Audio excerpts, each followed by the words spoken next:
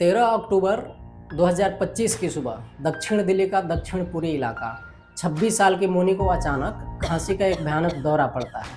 वह उठकर पानी पीती है, उम्मीद करती है कि गले की खराश थोड़ी कम हो जाएगी, लेकिन ऐसा नहीं होता है। कुछ ही मिनटों बाद घर में अफरा-तफरी मच जाती है।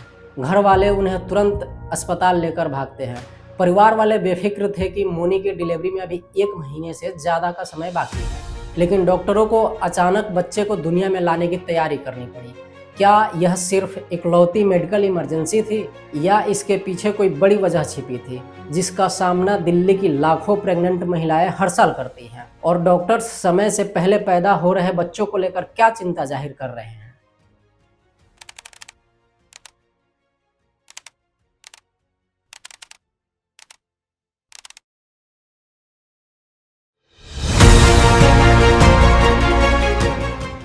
नमस्ते, मेरा नाम है सुमित आनंद और आप इस वीडियो को देख रहे हैं मास मैनिफेस्टो पे। डॉक्टरों के मुताबिक मोनी का वाटर बैग समय से पहले फट गया था। बच्चा प्रीटर्म पैदा हुआ और इस केस को देख रहे एम्स के डॉक्टर ने पोल्यूशन को इसका कारण बताया। डॉक्टर ने डिस्चार्ज समरी पर लिखा, रेस्पिरेटरी डिस्ट्रेस एट बर्थ, यानी जन्म के समय सांस लेने की दिक्कत। वैसे तो पोल्यूशन की समस्या देश के कई शहरों में है, लेकिन दिल्ली में ज्यादा है। ये सिर्फ बुजुर्गों या बीमारों को नहीं मार रही, बल्कि भारत के फ्यूचर को खत्म कर रही है।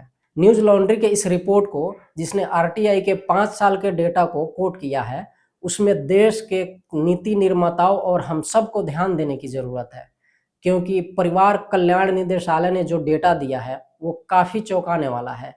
साल 2021 में 21,134 बच्चे समय से पहले पैदा हुए थे। 2025 आते आते ये संख्या बढ़कर करीब 32,000 पहुंच गई, यानी करीब 51% से ज्यादा का उछाल। इस बीच सिर्फ संख्या नहीं बढ़ी बॉस, प्रीटर्म बर्थ रेट भी 9.8% से बढ़कर 12% हो गई।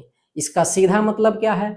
पिछले साल दिल्ली में पैदा होने वाला हर 8वां बच्चा समय से पहले पैदा हुआ है। और इसमें भी सबसे अलार्मिंग ये है कि दिल्ली में हर साल अगस्त और सितंबर के महीने में प्रीटर्म बर्थ का पीक देखा जाता है, जो दिसंबर या जनवरी में कंसीव हुए बच्चों में होता है। ये वही 3 महीने हैं जब दिल्ली गैस चैम्बर बनी रहती है, PM 2.5 का लेवल 300 के पार होता है और ज्यादातर केसेस में माताएं बिल्कुल स्वस्थ होती है, कोई डायबिटीज नहीं, कोई हाई ब्लड प्रेशर नहीं। और सिर्फ प्रीटर्म बर्थ ही नहीं, गर्भ में ही नवजातों की मौत यानी स्टिल बर्थ का रेट भी काफी हाई होता है। डॉक्टरों का कहना है कि हम बिना वजह प्रेगनेंसी खो रहे हैं। इनके पास इन प्रीटर्म बर्थ और स्टिल बर्थ का कोई रीजन नहीं है सिवाय पोल्यूशन के। और सरकार का तो पूछना ही नहीं है। मोदी जी हमेशा चुनावी मोड में रहते हैं और विपक्ष तो अपना चुनाव ही सोशल मीडिया पर लड़ता है, तो इन मुद्दों को जमीन पर क्या ही लड़ेगा। खैर, सवाल है कि आखिर ये पोल्यूशन प्रेगनेंसी को कैसे अफेक्ट कर रहा है। डॉक्टरों का कहना है कि PM 2.5 और PM 10 के पार्टिकल्स इतने छोटे होते हैं कि माँ के फेफड़ों से होकर सीधे प्लेसेंटल बैरियर को क्रॉस कर जाते हैं और एक बार जब ये बेबीज के ब्लड स्ट्रीम में एंटर कर गए तो माँ और बच्चे के बीच जो ऑक्सीजन और न्यूट्रिशन का एक्सचेंज होता है उसको कम कर देते हैं। इसके अलावा भी कई और समस्याएं हैं। खैर, ये चिंता सिर्फ मोनी जैसी गरीब महिलाओं की ही नहीं है, ये उनके लिए भी है जो लुटियंस दिल्ली के एयर प्योरीफायर वाले कमरों में बैठकर सोचते हैं कि अरे हमारे पास तो पैसा है, न्यूरल ट्यूब डिफेक्ट यानी बच्चे के दिमाग या रीढ़ की बनावट की कमी को प्रेगनेंसी में फोलिक एसिड जैसे सप्लीमेंट्री देकर ठीक कर लेंगे। तो भाई साहब, आप भ्रम में जी रहे हैं। रिसर्च बताती है कि जब हवा में सल्फर डाइऑक्साइड और नाइट्रोजन डाइऑक्साइड का लेवल बढ़ता है तो बॉडी फोलिक एसिड को ऑब्जर्व नहीं कर पाती, यानी माँ दवा खाएगी पर जहरीली हवा के कारण उसका असर कम होगा। प्रीटर्म बर्थ पर साल 2023 में द लेसेंट ने एक रिपोर्ट भी पब्लिक की थी। इसके मुताबिक साल 2020 में दुनिया भर में जितने भी बच्चे समय से पहले पैदा हुए उनमें से 20% से ज्यादा अकेले भारत में थे। मतलब कि हम दुनिया में नंबर 1 थे और 2010 में भी भारत नंबर 1 था, जबकि हमारा पड़ोसी मुल्क चीन 2010 में दूसरे नंबर पर था, लेकिन अगले 10 सालों में उसने अपनी हवा और हेल्थ पर इस तरीके से काम किया कि आज वो इस लिस्ट में चौथे नंबर पर है।